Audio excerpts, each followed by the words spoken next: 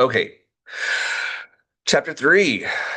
Moving right along in the textbook. What is chapter three all about? Lodging, the lodging component of tourism in the hospitality industry.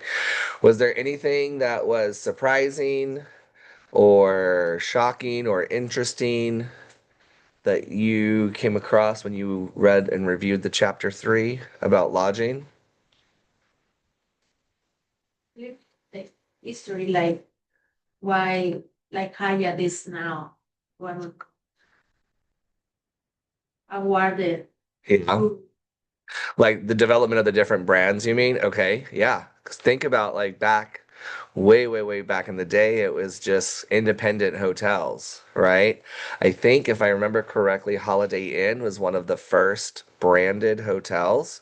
Does anybody know why or how Holiday Inn got started?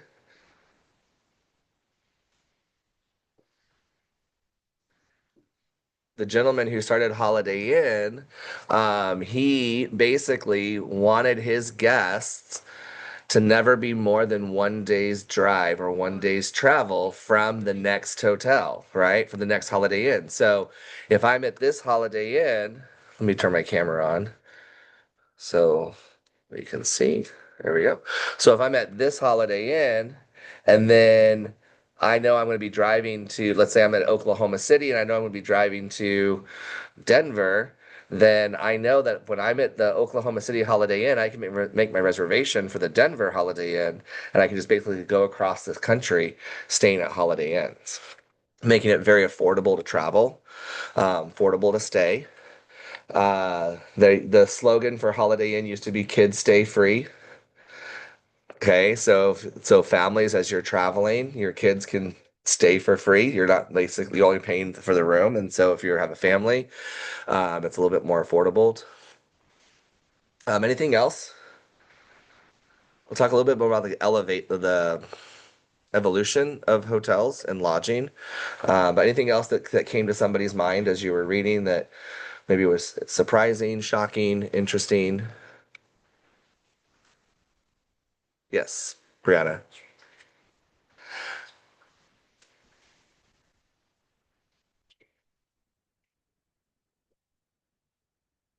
Okay, yeah. So having like unique hotels, right? When you think of lodging, prior to reading this chapter and prior to maybe even taking this class, when you heard the word lodging, what did you think of? Hotels. Did you think of anything else beyond that? Cabins, maybe? Okay. Airbnbs, yeah. Okay. And so now, especially with today, um, with Instagram and TikTok and social media, you're getting some really unique places that people are building. Um, we have the whole side of the industry that's called glamping. Okay, so it's like camping, but it's glamorous, right? It's glamping. And you have like giant teepees that you can stay in, or you have like I think there's a kind of a resort out in West Texas where they have like covered wagons. You're staying in a covered wagon, but it's like this giant covered wagon, but it's like a regular hotel room. Um, and you're just kind of out in the middle of the environment and kind of having that experience. Okay, cool. What else? Any other concepts that you thought were interesting?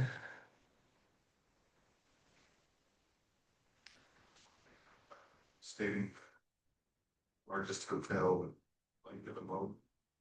And I can't remember what it stated, but I was always told that the first floor hotel Malaysia was today. I mean, it's not actually stayed there. Was in Vegas? Malaysia. Oh, Malaysia. Sorry. Okay. I think it was pretty sure it's called first floor, but that's Okay. Interesting. Okay. Yeah. So when you think of the size of hotels, and size of lodging operations, what do you typically think of? What do you think is like the average when you think of a hotel? What size of hotel are you thinking? Like how many rooms? It depends on yeah, it depends on location, right? Type of hotel. San Antonio, does anybody know what the largest hotel in San Antonio is? It's the Grand Hyatt by one room. I think they have 1,003 rooms. Um, the JW Marriott I think is 1,002 rooms, and the Marriott River Center downtown I think is 1,001 rooms. So everyone's got to build one more room to be the biggest. But so the JW Marriott, the Marriott River Center, which is the taller of the two Marriotts downtown, and then you have the Grand Hyatt Hotel, which is right next to the convention center. It's not connected to, you still have to go out to go into the convention center. But those are the three largest hotels in San Antonio at over 1,000 rooms. And I mean, I can't imagine, like, I worked at a La Quinta hotel, right? We had 100 something rooms. I could not imagine 10 times that amount. And then you think about Vegas that has 5,000 room hotels. And I can't even just that just blows my mind. So let's talk a little bit about lodging. Um, One thing that I think is an interesting thing to think about, and this also kind of is aligned with your career opportunities, is hotels. Just because the brand is on the hotel doesn't mean that that hotel company actually owns that particular hotel. So that's where franchising comes in, right?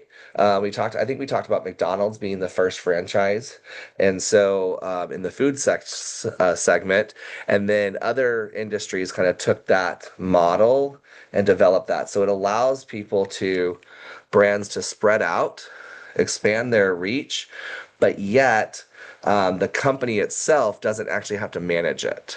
So Marriott's not managing potentially not managing a Fairfield, right? That may be an independent owner, but they've just bought that franchise of Fairfield. So that way we have that brand recognition.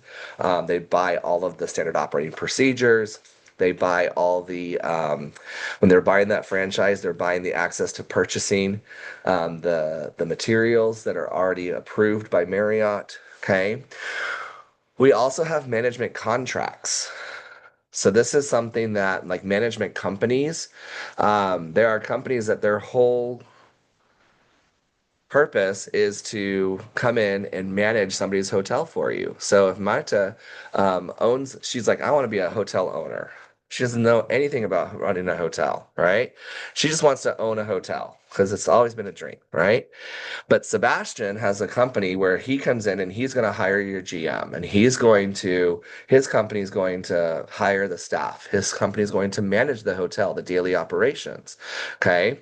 And so Maita is going to pay him a certain percentage fee of the revenue that's brought in order to manage that hotel. So that we have management contracts, management companies that they may manage multiple brands. So it's not even like they're only going to manage one particular brand. They may manage Marriott hotels, IHG, which is Intercontinental, which is like Holiday Inn. They may manage Hilton's. And so that management company may actually manage multiple brands. And so by working for that management company, you have the opportunity to work for multiple brands of hotels and get that experience without having to necessarily switch jobs because you're working for the management company, you're not working for that particular hotel. Does that make sense? Can be like from working for a particular or franchise. Yeah, absolutely. So there's a management company in San Antonio called Baywood. Okay. And so Baywood, they manage Hilton properties, Marriott properties. And so if you're working for that particular hotel, chances are your paycheck is coming from Baywood hotels. It's not going to be coming from Hilton or Marriott, right? And so if I am, let's say I'm working front desk at a True by Hilton, okay? And then I'm working for Baywood, so that's a Baywood managed property. But then they have a hotel over here that needs a front desk supervisor. Okay, I can be promoted and move up to a supervisor, but I'm not changing companies because I'm still working for Baywood. I'm just moving to a different hotel property. So they manage different properties. The benefits of that is that you also like, especially if you work at the corporate office level. So if you work at the within Baywood corporate, not necessarily at a hotel, um, then like one of my friends, she worked for Baywood. So she not only got Hilton associate benefits, but she also got Marriott Hilton or Marriott benefits as well, right? So she could utilize the benefits of associates for both brands.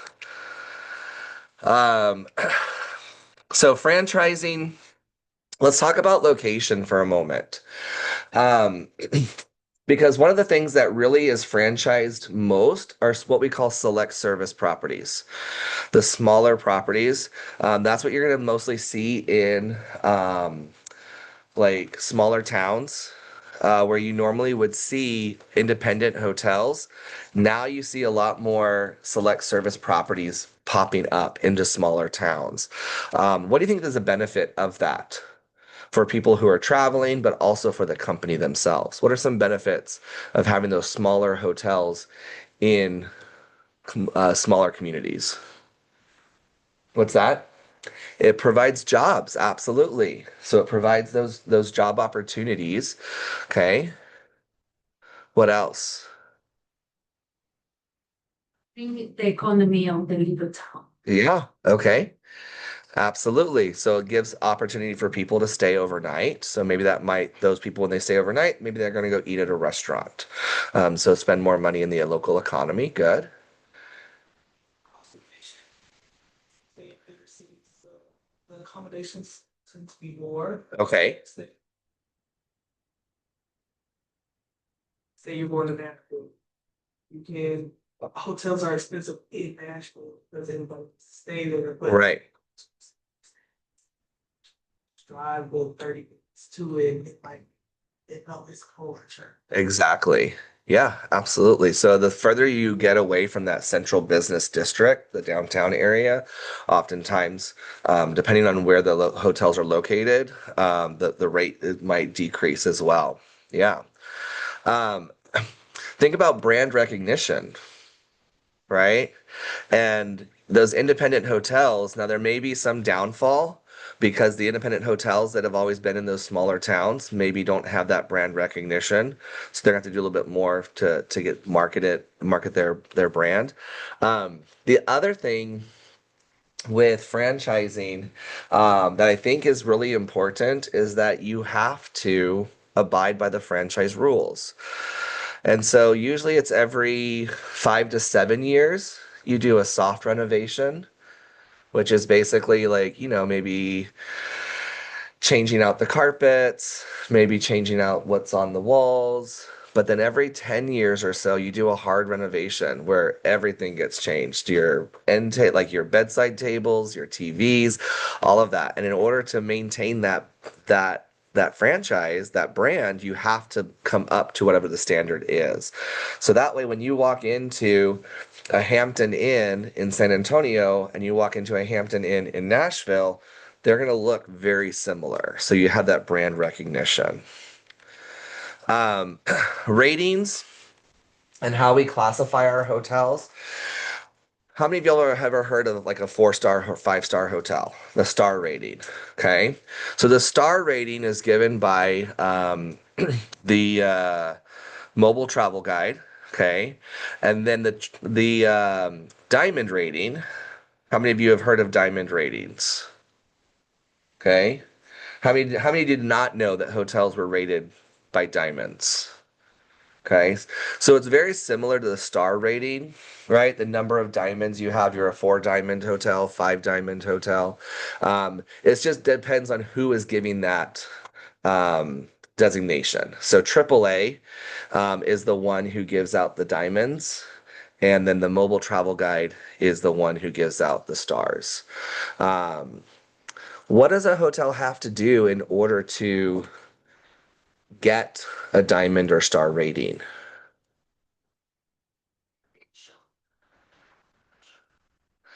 So location might have something to do with it, but it's more about what is provided at the hotel. The services, the amenities, the level of luxury, right? So I remember one time I was at a hotel and I was talking with the GM. They were a three diamond hotel. Okay. And they were trying to go for their fourth diamond, trying to get that fourth diamond. And what they had to do is they had to make sure that there was room service available 24 hours a day. That was one distinction of many between the three diamond and four diamond. That doesn't matter. Anytime that a guest wants food, room service is available. The restaurant may be closed, but room service is available. And so they were telling my students that they really had to weigh is the benefit of having somebody on staff, a room service, or what we call in-room dining. So is there an in-room dining staff member sitting there all night long? And we have a cook all night long that has the ability to make anything on the menu, right? So we have somebody who's trained to make anything on the menu. Is that balance of paying that labor enough to justify going for the fourth diamond, right? Well, what happens when you go to a four diamond is that you open up access to a different clientele, right? Clientele that are used to going to four diamond hotels. And so is that cost analysis, is that cost benefit worth it to go over to that fourth diamond? Um, so as we look at different classifications, the hotels are usually classified by location, the price, and the level of service. Okay, so let's look at a couple of those. Um, locations. When we talk about locations and where the hotels are located, what Michaela, right? Yes, okay. Michaela mentioned like downtown Nashville.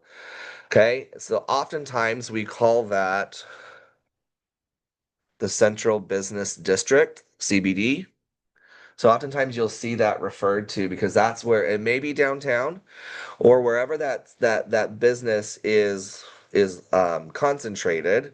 That's where kind of everything is going to be. Maybe where there's going to be a focus on a convention center, um, and things like that. So that central business district usually is the downtown area, and then everything outside of that. What other locations do we have kind of like a concentration of hotels? If you think about San Antonio, Christian, or no, go ahead. Places like Europe, you'll have hotels like built around like the Grand Hotel Book. Okay. It's 5 star, been there since the 1700s. Yeah. It was built because of first the spas and the hot springs in the area. And then over the years, it's evolved to where it's like skiing and everything else. And it's an insanely beautiful hotel. Yeah, absolutely. Queen Latifah visited into that. What was that last holiday movie? Great. Yeah. So think about attractions. So you mentioned like the spas, right? As the attractions, people would go and they'd go to that area for a specific reason, and then they would need a place to stay while they're enjoying that area. So in San Antonio, we have what's that? Yeah, absolutely. The vineyards out in like Fredericksburg in the Hill Country area.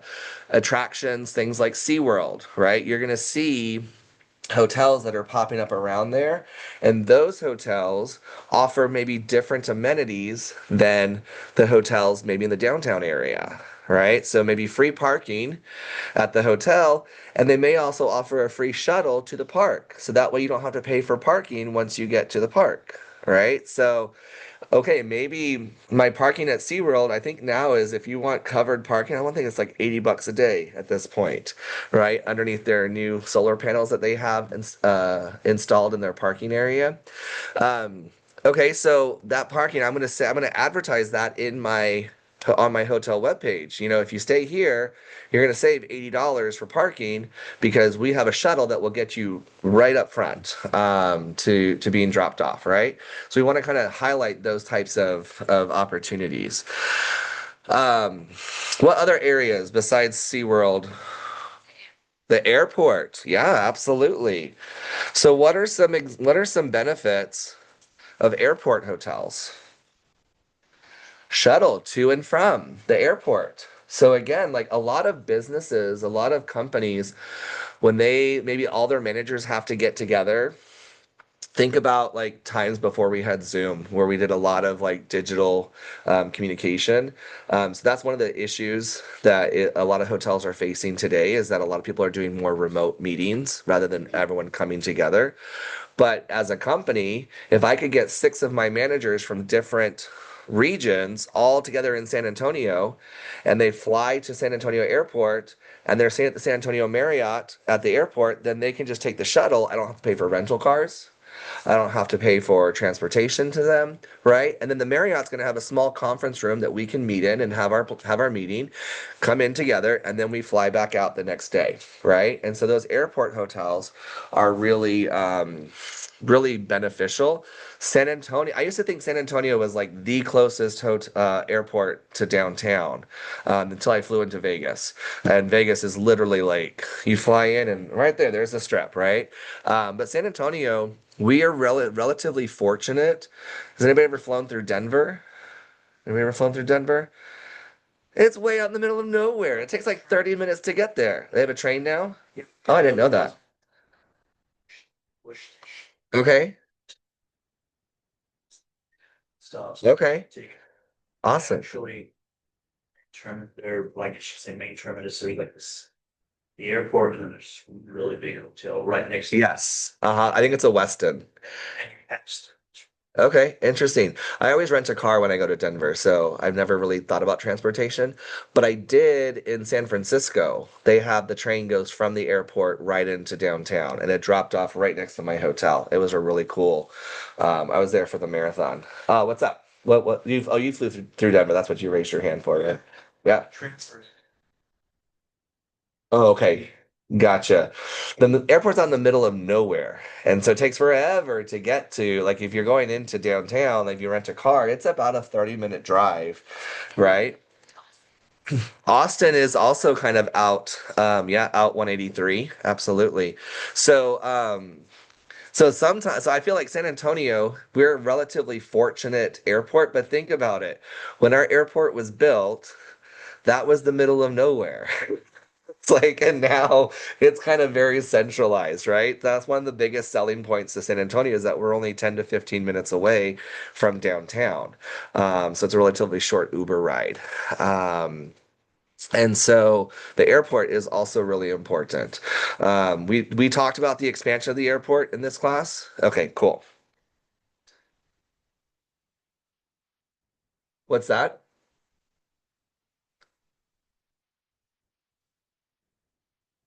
Mm. A lot of hotels. Yeah, so right on those interstate corridors, especially for like truck drivers, they need an overnight place to stay. So those kind of highway hotels. We used to have motels, right? What's the difference between a motel and a hotel? The price difference, usually, yes. But usually it's the interior corridors versus the exterior corridors that go out to like where you can park your car and go right into the room. So yeah, Christian. Center. What's that? Medical center, absolutely. But there was a hotel in a center that was exclusive for people who were recovering from plastic surgery. Okay. It's like a hotel environment with all the amenities, but there was also nursing and other stuff. Staff, home administration. Interesting. Okay. Yeah. Yeah. I can understand that. Building is off the Babcock and Hamilton Wolf. Okay. It's Yeah, there. yeah. I think it's absent now, but it's originally. Designed for that as a hotel for recovering. Okay. Cool. Um, Another hotel that is opening up that's under construction. I think it's under construction right now. A new type of hotel that's coming to San Antonio is at Morgan's Wonderland. So, Morgan's Wonderland, is anybody not familiar with Morgan's Wonderland? Okay, so Morgan's Wonderland is a theme park for people of all ability levels. And so people that have some physical disabilities or mental disabilities. But I loved taking my nieces and nephews to go play there because I love just to sit back and realize that kids are just kids. And they're just playing with each other and they're not thinking about this person's in a wheelchair. We're all on the merry-go-round together, right? I thought it was really cool. So Morgan's Wonderland, they're actually building a hotel that is going to be 100% accessible. And so I'm really looking forward to that project and kind of following that project to see but then I think also too, because working with the Hotel and Lodging Association, trying to bring in staff from other properties to come in and tour the hotel and say, okay, this is how maybe we can make our hotel a little bit more accessible and not just think about physical disabilities, but also think about like accessibility for, choosing the correct colors to keep like a calm environment, or kind of keep the lights, in a certain way. And so that's something I think is really interesting. So we also think about different types of hotels, resorts. Okay. What is the purpose of a resort? Okay, so we can have resorts that are all inclusive, which means what? You just show up, right? An all-inclusive resort, when you buy an all-inclusive resort, you actually don't have to pay for food usually or drinks because it's all inclusive. Okay. We can still also have resorts like the JW, the La Cantera. La Cantera Hotel, actually, a resort which is up by La Cantera by Six Flags. They actually are now being rebranded as a Cigna, which is part of the Hilton Group. I think they just announced that this week. I saw in the Business Journal. So now people like me who have Hilton Honors, I can go stay there and I can redeem my points and I can earn points, right? Whereas before, if I stayed there, it was an independent hotel. There really wasn't any kind of benefit really for me as a person who likes to collect points and reward stuff. So that's going to open up that to new Hilton Honors. The other thing I was going to say about resorts. So like those types, and then the Hyatt Hill Country Resort, which is out by SeaWorld. Those are the three resorts we have in San Antonio. Those are not all inclusive.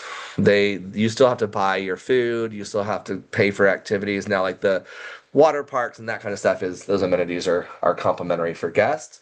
But so the all-inclusive resorts. I'm actually working on y'all be the first ones to know. I'm working on a study abroad program for 2026 where you can go and get class credit, and we spend 2 weeks in Jamaica at a resort learning about hotels and hotel operations at a resort, all-inclusive resort in Jamaica. So I'm hoping that that comes through. Stay tuned, because the culinary people go to France, and I want to go somewhere with my students. Um, yes. So we have an exchange program with France, a school in Paris, where in the spring, so April or May of next year, 26, we'll start taking applications for students to go in the fall, in October of 2026. Yep, you do. There's an application process. You have to turn in letters of recommendation from professors. And then also, I don't know what the cost is, but then you also have to kind of just adhere to like the payment schedule. Yeah. What's that? 4,900? Okay. Yeah, I mean, it's a cool opportunity to spend. I think you spend 10 days in Paris, at the school. And then in the spring, those students, not those specific students, but the school from Paris will bring their students to us for 10 days in April. So it's kind of an exchange program. Um, I don't think you necessarily get class credit for it. Um, so mine's going to be more of like a study abroad where we're actually going to have you actually get credit for 1321 in 2 weeks. Like so, or 1313 if you're a hospitality major. Vacation ownership. This is something else that's kind of really popular. How many of you have ever had the invitation to come and take a tour? And you have to go sit and take the tour for 2 hours and then sit there and tell them, no, I don't want to spend $10,000 to join your vacation club.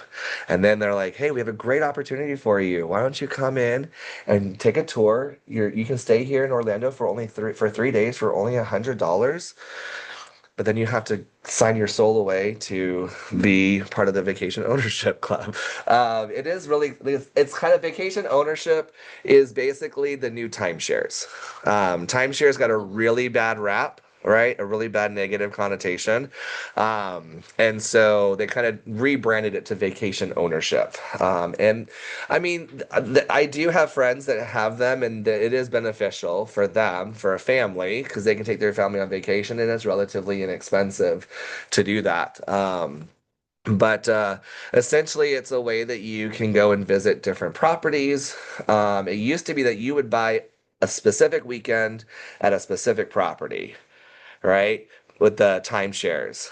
But now it's like you buy a certain number of points each year and you can use those points at different resorts. Or different locations, and usually they're international, so it's a great way to visit and do that. Um, the interesting thing I think about, how many of you have ever seen an article that says like the best restaurant or the best hotel or the best resort, right? One thing that I've learned through going through grad school is who is analyzing you as the best? Who is determining you as the best? How do you get that title, right?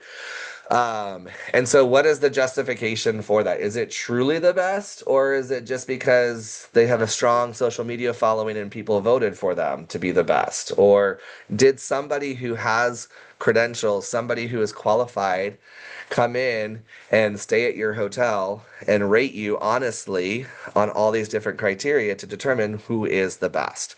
Um, Really, the Ritz-Carlton we've talked about in this class, but the Ritz-Carlton, Four Seasons, those are those brands. Okay, now we also have independent hotels like Hotel Emma. A lot of international hotels are more independent, less branded. Um, but those are really considered like the pinnacle of hospitality and service.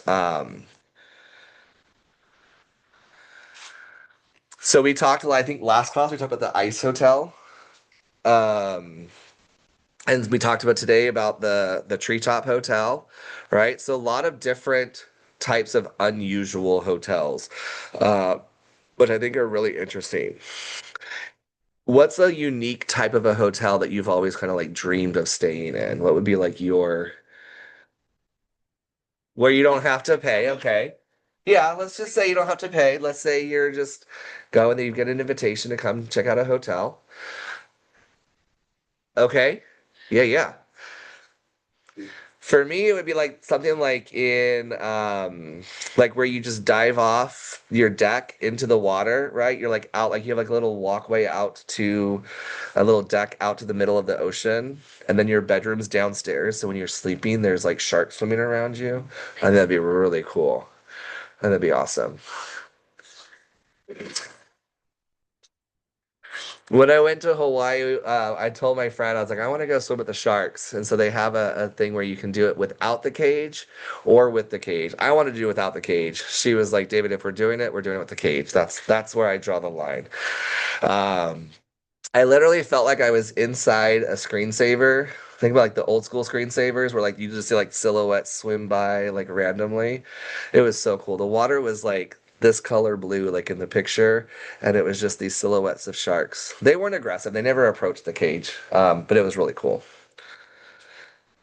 All right, green, being sustainable. I think this is something that can be applied to any segment of our industry, but specifically hotels. What are some ways, what are some initiatives that hotels are trying to go green and be more aware of the sustainability efforts?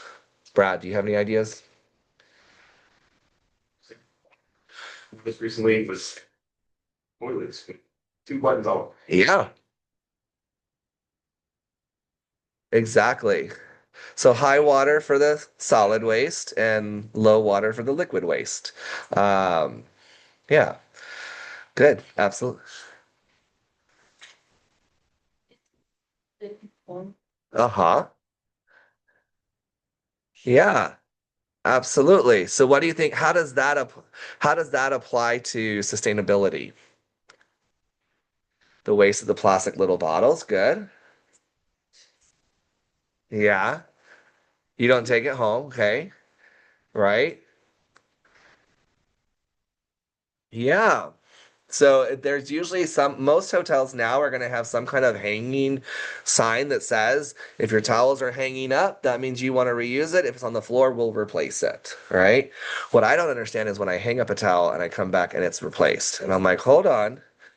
Where's this like we need to be like tell me you're not saving water, but don't tell me you're not saving water, right? I'm like I'm gonna use this again. I'm trying to do my part, you do your part. But we also like it's going back to the amenities, right? Think about buying in bulk. We don't have to replace those small plastics, right? Or if somebody does use it, they're only using this much. But I have to throw that bottle away, right? There was actually a company that was actually collecting the bars of soap, Shaving. sanitizing them, shaving it down, and creating new bars of soap, and then sending those to smaller countries to help with hygiene. I thought it was a really cool initiative. Saving water, a lot of hotels are also going to like reclaimed. So that gray water from the laundry, we can't put it obviously back into use, but maybe we can water our landscaping with it. So we're not using fresh water to water our landscaping, we're using gray water. Okay. And usually that's where you're going to see those signs, right? The landscape is watered with reclaimed water. Means don't let your kids go run and play in the sprinklers because they drink that water. It's not like purified. They may get sick. Yes.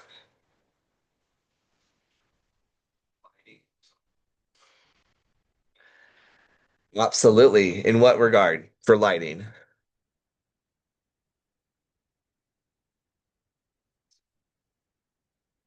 Absolutely. More energy efficient light bulbs. Yes, absolutely. Yeah, I was just going to bring that up. Thank you. So, sometimes on some of the hotels, I've seen this more when I travel internationally than I do in America.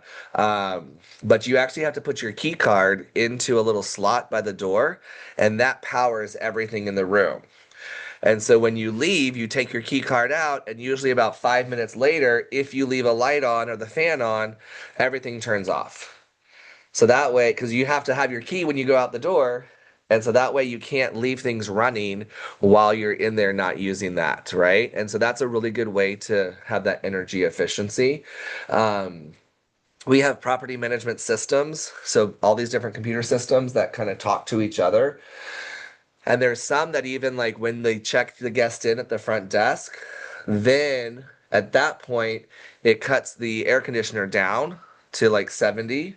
But when the guest is not in the room or like the guest is checked out, the thermostat automatically goes up to a higher degree, right? So that or lower in the winter time to conserve energy. Um, yeah, all great ideas.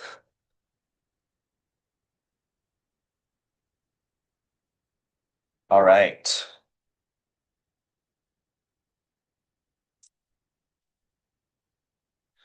So how many people do we have? One, two, three, four, five, six,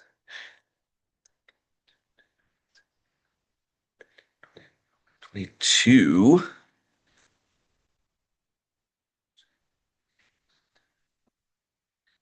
Hostels and stuff in other countries. I've heard of hostels. I've never stayed in a hostel. Is it? I've only seen the movie. I'm just kidding. Yeah.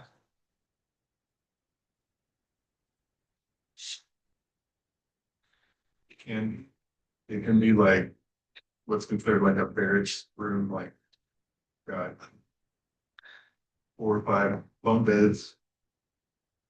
All, So it's better for like solo travel because it's just you. Okay. I mean, I've done it. It's weird at first, but it's actually. It's Is it a really- safety concern? If you really want to like get into it, watch the movie called Bat of Saturday. What's the movie called?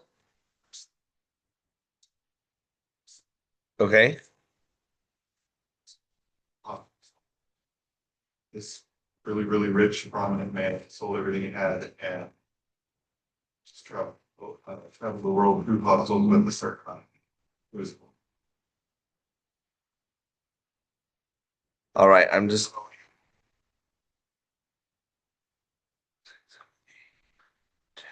So I need a Thompson and a canopy. That's enough. Canopy and.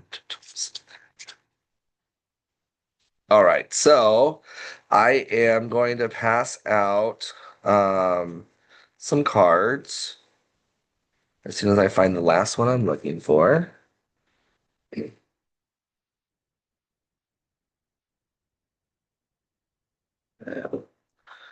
And then you're going to find your partner.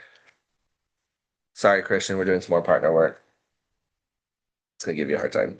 Um, you're going to find your partner. I'm going to put up a chart on the screen, and I'm just going to give you about 5-10 minutes to do a little bit of research on a particular brand of hotel. Okay? And then we're going to create as a card, right? On this list, I know it's kind of small, but on this list, which hotel, how many of you, which one is the most recognizable? Oh, I'm thinking. Holiday Inn. Okay. Raise your hand if you name if you recognize at least one other brand on this list. At least one other brand. Okay. 2 other brands. Keep them up. 3, 4, 5. Awesome. Okay. So the idea for this is you're going to work with your partner. So you're going to find the person who has the same matching logo. Okay. And you're going to look to see who is the parent company. So use your phone, use your laptop, whatever. Who is the parent company? The destinations, are they domestic, which means are they in the US? Are they international? Or are they both? Okay. The approximate number of locations. And then is there one of this brand in San Antonio? Yes or no? Okay. I'm going to give you, we have 9 minutes to finish. So I'm going to give you about 6 minutes to work with your partner and then 3 minutes to fill out this form. Okay. The form is not found online. You're just going to tell me and I'm going to type it in as we go. Okay. We're going to fill it out as a class. All right. Go. You have 6 minutes. Delta.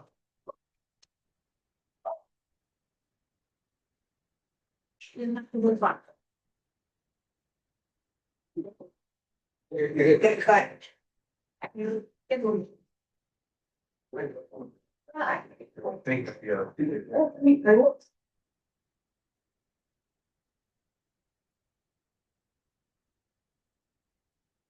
So who is the parent company? What are the international or domestic? No, it's a simple yes or no, or domestic only, international only, or both. And then number of locations, approximately. And then is one in San Antonio. Where do you think?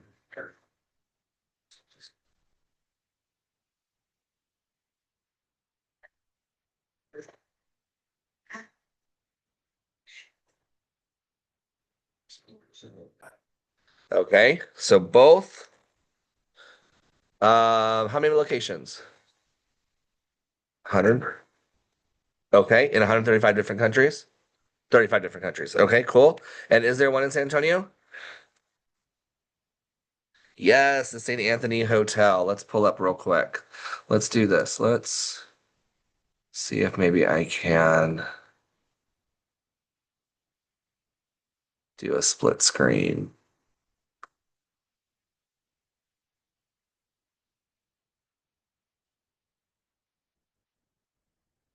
St. Anthony Hotel is one of my favorite hotels in San Antonio.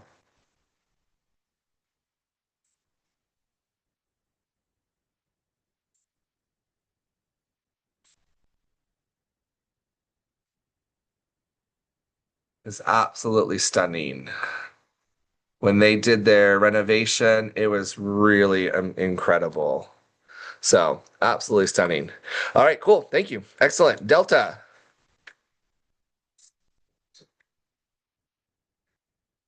Marriott, good. Okay. There's not one in San Antonio. No. The first time I stayed at a Delta hotel was in Toronto when I was traveling, and I was like, when I heard Delta, I thought of the airlines. I'm like, I didn't realize they had hotels. And it's Marriott. Okay. Awesome. Protea. Yep. Go for it. Marriott, good. International, 64 locations. And no, there's not one in San Antonio because it's international only. Good. In Africa? Okay, awesome. AC hotels. Go ahead. Marriott, good. Both.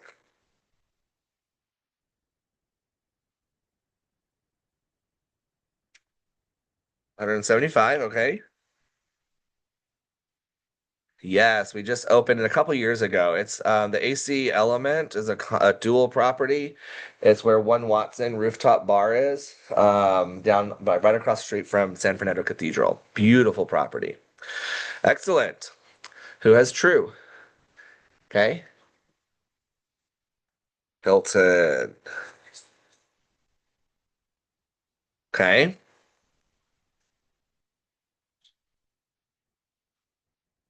Yes, there's multiple in San Antonio. When we look at True hotels, so True hotels really were designed to be what they call a millennial lifestyle brand. Sometimes when we look at it, my students think that it looks more like a college dorm room, like a dorm building, right? Bright colors. There's lots of seating.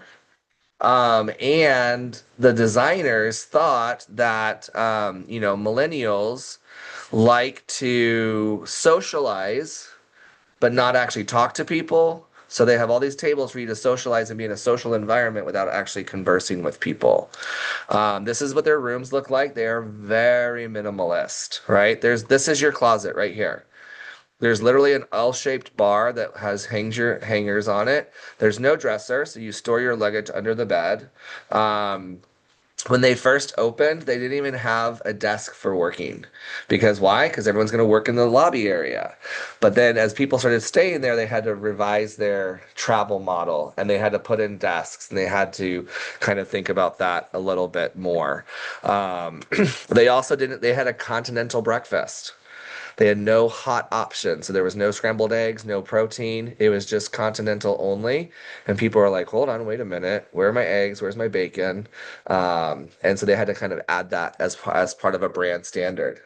What's that? That's the most important part of a hotel is breakfast. The complimentary breakfast? Yeah, absolutely. Cool. Okay. I like it. It's a cool brand. I'm not going to stay there for very long, but okay. Tapestry. Yes, go ahead. Hilton, good. Good. 150. Got it. Yes. In San Antonio, we have the Estancia Del Norte, which is a tapestry brand. This is up by the airport. It used to be a DoubleTree. It got rebranded into a tapestry. Okay. Um, the tapestry brand is what we call a boutique brand. right? When you go into a Hampton Inn in San Antonio and you go to a Hampton Inn in Nashville, they're going to look pretty similar, almost identical. But a lot of these people, a lot of travelers wanted something different. They wanted something to like play with the flavors and the culture of the region. And so a lot of hotels, we had boutique hotels like Hotel Emma. It's the only one of its kind. But then these brands were like, hold on, wait a minute. We don't have a brand because we want everyone to have brand recognition. So let's create our own brand. So Tapestry is a boutique brand of Hilton. So each Tapestry collection is going to play with the unique flavors and things of the region. All right, Canopy. By Hilton. Hilton. Okay. Both. Okay. 45 is one of the newer brands for Hilton or for Hilton. Yep. Yes, we have the Canopy Riverwalk downtown.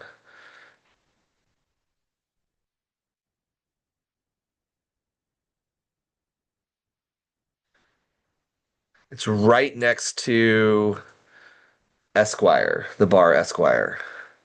So nice, beautiful, brand new hotel. I think it's less than 3 to 4 years. Domingos is their restaurant on the Riverwalk. Okay. Texican Court. Okay. Valencia Hotel Group.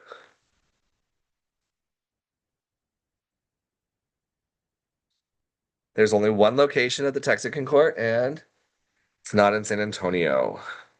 Valencia Hotel Texican Court is going to be up in the Dallas area.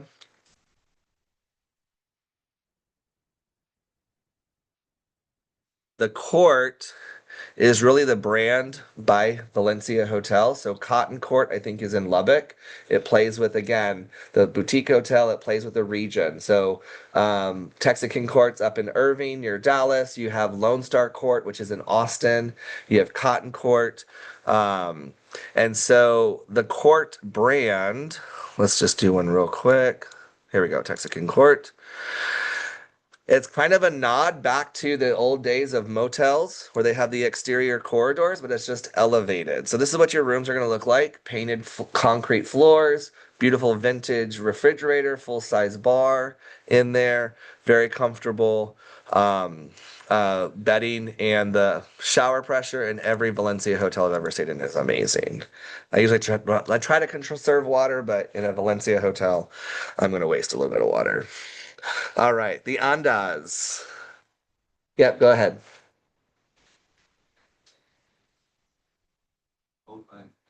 Hyatt, good. Both. 25. We have an Andaz in San Antonio? Really? I did not know that. We have a Grand Hyatt. Oh, did they rebrand the Hyatt Resort? It says Andaz here. I did not know that. That's interesting. Okay, cool. I learned something new today. Awesome. Thompson Hotels. Yep. Hyatt, good. 21 location, and there is one on the Riverwalk. Yes, the Thompson San Antonio. This building is really interesting because this literally was a parking lot. This is where I used to park when I go to the shows at the Tobin Center. And now there's a 20-foot or 20-floor hotel. Okay. With the Grand Hyatt and the Thompson hotels, both brands kind of have a model where from this level right here that you kind of see these windows about halfway up, from this portion down is the hotel. Everything above that is actually private residences, condos. And so people can actually have access to housekeeping. They can actually have access to the pool, the gym, the fitness center, all that stuff, if they are living above there. This right up here at the top is what's called the Moon's Daughter. And that's a nice little tapas bar, 20th floor, great views of the sunset, great views of downtown.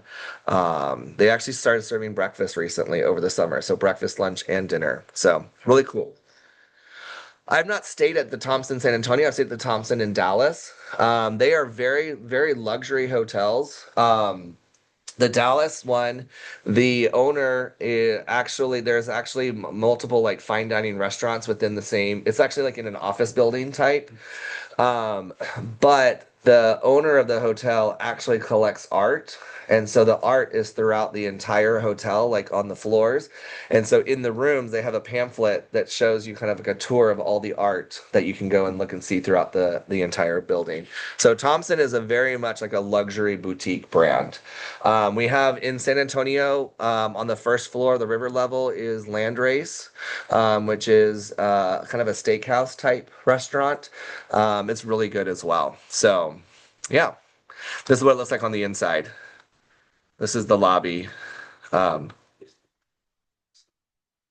Market also, like the parts where the balconies are, those are ready. yeah, so the Grand Hyatt also has the same model where after a certain floor, all of the ones at the top are going to be private residences and condos. Yep. All right. Excellent. Last one. Hotel Indigo. Yep.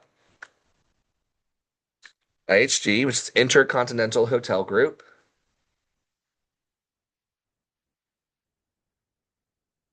Okay, yeah, it's 174 locations worldwide. It is awesome. Yes, we have a Hotel Indigo. It's actually, you can actually see it. This is Hotel Indigo right here, this little red building. It's right next to the Thompson. There is literally like you could touch the walls of both hotels. That's how close they built the Thompson next to Hotel Indigo. Yeah.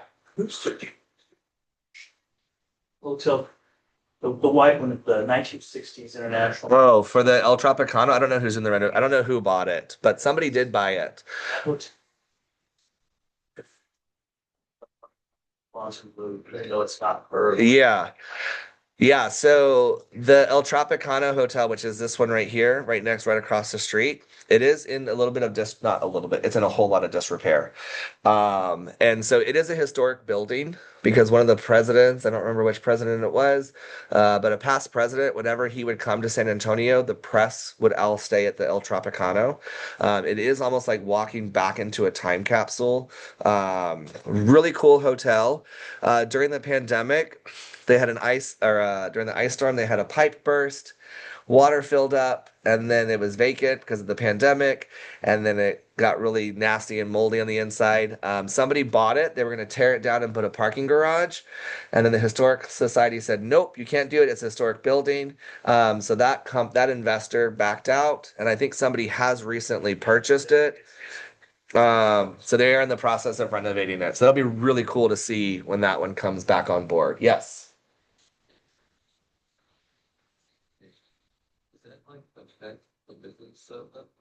So that's a very good question. Does the multiple hotels in the same area affect the business? Yes and no. The guests who are staying at the Thompson Hotel are probably different guests that are going to be staying at the Indigo and the El Tropicano. So you might have a variety of different brands and different levels of service all close to each other. So that way, different clientele can be serviced by different brands. Yep. Good question. All right. So I know we only have 4 minutes left for your group work. I apologize on that. I will post this on this chart on Canvas. The purpose of that really was just for so you can understand that parent companies own smaller brands that apply to different clientele and they attract different clientele. So I want to be a Marriott customer, and I'm going to have everything all the way from Fairfield all the way up to JW Marriott. I would say Hyatt is probably one of the brands that doesn't have a lot of select service or lower level service brands. Hyatt is pretty much something that is consistently luxury or full service international type hotels. So Hyatt's a really cool company to work for. Would be